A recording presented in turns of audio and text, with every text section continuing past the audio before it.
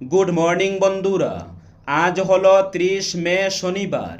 আজকের বরাক উপত্যকা তথা আসামের শ্রীভূমি, শিলচর, হাইলাকান্দি এবং ভারতের বিভিন্ন প্রান্তের আজকের সকালের বিশেষ বিশেষ খবরগুলি হলো: ক্ষমতায় ফিরলে রেশন ব্যবস্থায় ডাল, চিনি, লবণের সঙ্গে সরষের তেল দেওয়ার প্রতিশ্রুতি দিয়েছিলেন মুখ্যমন্ত্রী, কিন্তু বিপুলভাবে ক্ষমতায় ফেরার পর আগামী কয়েক মাসের জন্য রেশনে বন্ধ হয়ে যাচ্ছে ডাল, চিনি, লবণের যোগান। কারণ খাদ্য বিভাগের হাতে বাজেট নেই। তাই 1 জুন থেকে আর সুলভ মূল্যে পাওয়া যাবে না ডাল, লবণ, চিনি। তবে বিনামূল্যের চাল বিতরণ অবশ্য অব্যাহত থাকবে। গণবণ্টন ব্যবস্থায় রাজ্যের প্রায় 70 লক্ষ সুবিধাভোগী আগে থেকেই বিনামূল্যের চাল পেয়ে আসছেন, কিন্তু মূল্যবৃদ্ধির আঁচ থেকে জনগণকে কিছু স্বস্তি দিতে গত নভেম্বর থেকে রেশনে পরিবার পিছু 1 কেজি করে ডাল, চিনি এবং লবণ বিতরণ শুরু করেছিলেন মুখ্যমন্ত্রী। নিত্য প্রয়োজনীয় সেই 3টি সামগ্রী ভর্তুকি মূল্যে পেতেন গ্রাহকরা। 60 টাকা দামে 1 কেজি মুসুর ডাল, 30 টাকা দামে 1 কেজি চিনি এবং 10 টাকায় 1 কেজি লবণ, 100 টাকায় মিলত 3টি সামগ্রী। তবে বিধানসভায় ভোটের প্রচারে মুখ্যমন্ত্রী প্রতিশ্রুতি দেন, ক্ষমতায় ফিরে আনুন ডাল, চিনি, লবণের সঙ্গে 1 লিটার করে সরষের তেলও দেব রেশনে। সেই অনুযায়ী রেশনে যখন সরষের তেল পাওয়ার অপেক্ষায় রয়েছেন সুবিধাভোগীরা, তখন দুঃখের খবর এসেছে খাদ্য দফতর থেকে। সরষের তেল তো দূর, আপাতত রেশনে মিলবে না ডাল, চিনি ও লবণ। 1 জুন থেকে রেশনে গ্রাহকরা আর পাবেন না ওই 3টি সামগ্রী। খাদ্য দফতর সূত্রের খবর, রেশনে ওই 3টি সামগ্রী বিতরণের জন্য প্রয়োজনীয় টাকা নেই খাদ্য বিভাগের হাতে। এ সংক্রান্ত বাজেট বরাদ্দ ব্যয় হয়ে গেছে। ফলে নতুন বরাদ্দ এলে তবেই বিতরণ করা যাবে চিনি, ডাল ও লবণ। আগামী মাসের শুরুতেই হতে পারে মন্ত্রিসভার সম্প্রসারণ। বরাক থেকে মন্ত্রিসভায় ফের কৌশিক কৃষ্ণেন্দু। আগামী মাসের শুরুতেই রাজ্যের নয়া মন্ত্রিসভার সম্প্রসারণ হওয়ার সম্ভাবনা প্রবল। এই মন্ত্রিসভায় বরাক উপত্যকা থেকে ফের ঠাঁই পেতে পারেন কৌশিক রায় ও কৃষ্ণেন্দু পাল, এমন গুঞ্জন চলছে রাজনৈতিক মহলে। জানা গেছে, নির্বাচনের ফলাফল ঘোষণার পর বরাক উপত্যকার বিধায়কদের সঙ্গে একাধিকবার বৈঠক হয়েছে স্বয়ং মুখ্যমন্ত্রীর। এই উপত্যকার 9 জন বিজেপি বিধায়কের মন কি বাত শুনেছেন হিমন্ত বিশ্ব শর্মা। তবে মন্ত্রিত্ব কার ভাগ্যে জুটবে সেটা খুলসা করেননি তিনি।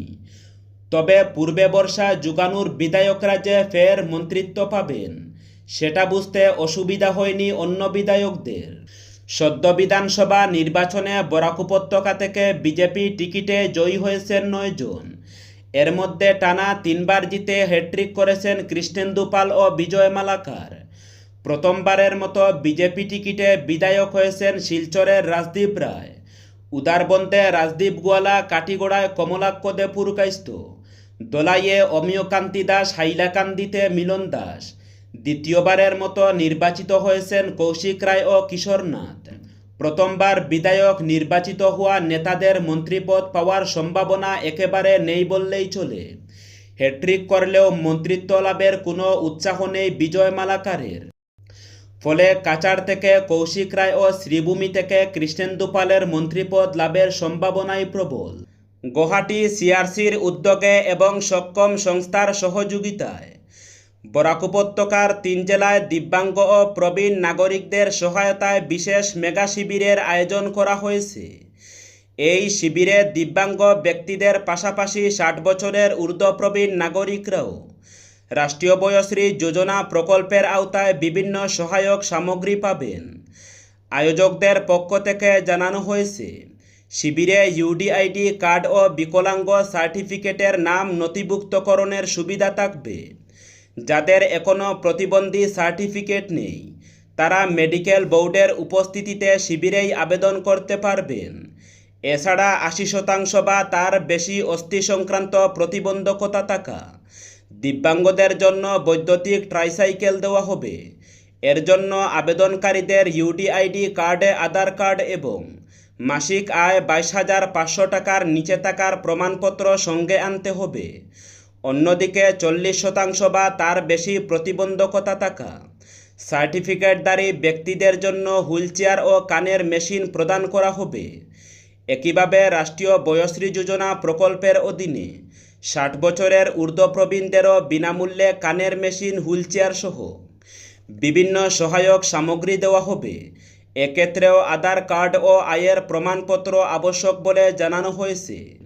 শিবিরগুলি হবে 31 মে হাইলাকান্দির এএস কলেজ এডিটোরিয়াম হলে, 2 জুন শ্রীভূমির করিমগঞ্জ সিভিল হাসপাতালের জিএনএম নার্সিং ইনস্টিটিউটে এবং 4 জুন শিলচরের মেহেরপুর সমাজকল্যাণ দফতরে।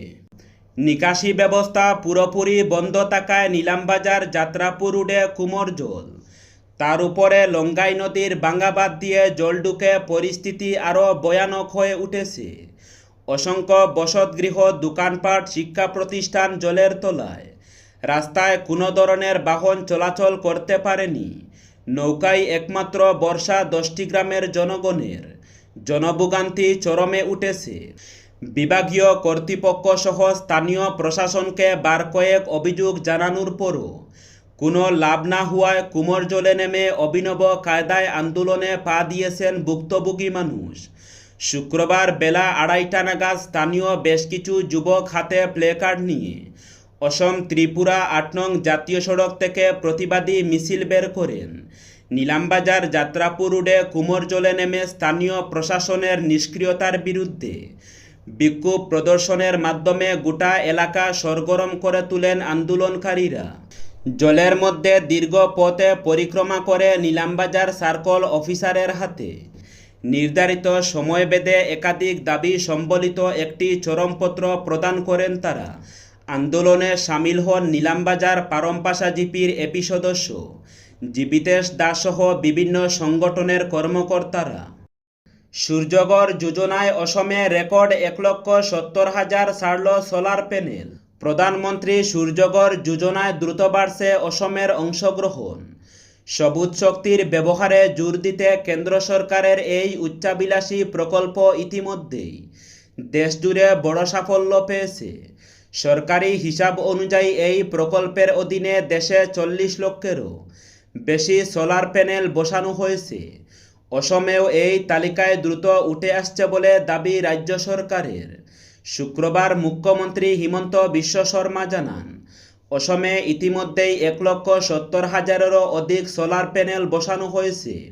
শুধু মে মাসেই নতুন করে 8,000-এর বেশি পরিবার এই প্রকল্পের আওতায় এসেছে। তার দাবি, পরিবেশ বান্ধব শক্তির ব্যবহারে সাধারণ মানুষের আগ্রহ ক্রমশ বাড়ছে এবং ভবিষ্যতে এই সংখ্যা আরও দ্রুত বাড়বে। অসম বিধানসভায় গত 27 মে অভিন্ন দেওয়ানি বিধি ইউনিফর্ম সিভিল কোড গৃহীত হওয়াকে কেন্দ্র করে তীব্র প্রতিক্রিয়া জানিয়েছেন এসইউসিআই কমিউনিস্ট দল। দলের অসম রাজ্য কমিটির সম্পাদক চন্দ্রলেখা দাস এক প্রেস বিবৃতিতে বলেন, অভিন্ন দেওয়ানি বিধি প্রবর্তন একটি গণতান্ত্রিক প্রক্রিয়া যা নাগরিকদের সম্মতি ও সর্বসম্মতির ভিত্তিতে গড়ে ওঠা উচিত। কিন্তু বর্তমান সমাজে এখনও তেমন কোনো অনুকূল পরিস্থিতির তৈরি হয়নি বলে দাবি করেন তিনি বলেন, এই ধরনের আইন কার্যকর করার আগে সভা সমাবেশ, আলোচনা ও গণসচেতনতার মাধ্যমে উপযুক্ত পরিবেশ তৈরি করা প্রয়োজন। মানুষের মধ্যে মতানৈক্য গড়ে ওঠার পরই কেবল এ ধরনের আইন প্রবর্তন করা সম্ভব। তার আগে জোরপূর্বক আইন চাপিয়ে দিলে সমাজে ঐক্যের পরিবর্তে বিভাজন, অবিশ্বাস ও সংঘাত আরও বৃদ্ধি পাবে বলে তিনি আশঙ্কা প্রকাশ করেন। চন্দ্রলেখা দাস বর্তমান পরিস্থিতিতে রাজ্যে অভিন্ন দেওয়ানি বিধি চাপিয়ে দেওয়ার তীব্র বিরোধিতা করে সরকারের কাছে এ ধরনের পদক্ষেপ থেকে বিরত থাকার জোরালো দাবি জানান। পাশাপাশি তিনি রাজ্যের শুভবুদ্ধিসম্পন্ন মানুষকে এই ধ্বংসাত্মক পদক্ষেপের বিরুদ্ধে সোচ্চার হওয়ার আহ্বান জানিয়েছেন। Silchar Chowdhury eye hospital and research সেন্টারের উদ্যোগে আগামী 31 মে রবিবার দরগাকুনা কমিউনিটি হলে অনুষ্ঠিত হবে বিনামূল্যে চক্ষু পরীক্ষা শিবির। শিবির শুরু হবে সকাল 10টা থেকে চলবে দুপুর 1টা পর্যন্ত। এই শিবিরে অভিজ্ঞ বিশেষজ্ঞ চিকিৎসকরা উপস্থিত থাকবেন। পুরো আয়োজনটি পরিচালনা করবেন camp manager Debjyoti Das. Chowdhury eye hospital কর্তৃপক্ষের পক্ষ থেকে জানানো হয়েছে, শিবিরে যেসব রোগীর ছানির সমস্যা ধরা পড়বে তাদের জন্য বিনামূল্যে অপারেশনের ব্যবস্থা করা হবে হাসপাতালে। রেলের জমি দখলমুক্ত করতে এবার জালুকবাড়িতে নামল বুলডোজার। শুক্রবার সকাল থেকেই কড়া নিরাপত্তার ঘেরাটোপে গুয়াহাটির জালুকবাড়ি এলাকায় উচ্ছেদ অভিযান চালায় রেল বিভাগ। অভিযানে ভেঙে দেওয়া হয় 200-রও বেশি ঝুপড়ি। অসম পুলিশ, রেল সুরক্ষা বাহিনী, সিআরপিএফ এবং ম্যাজিস্ট্রেটের উপস্থিতিতে গোটা অভিযান পরিচালিত হয়। দখলমুক্ত না হওয়া পর্যন্ত চলবে অভিযান বলে জানালেন ওয়েস্ট গুয়াহাটির ডিসিপির বলেন দেউরি।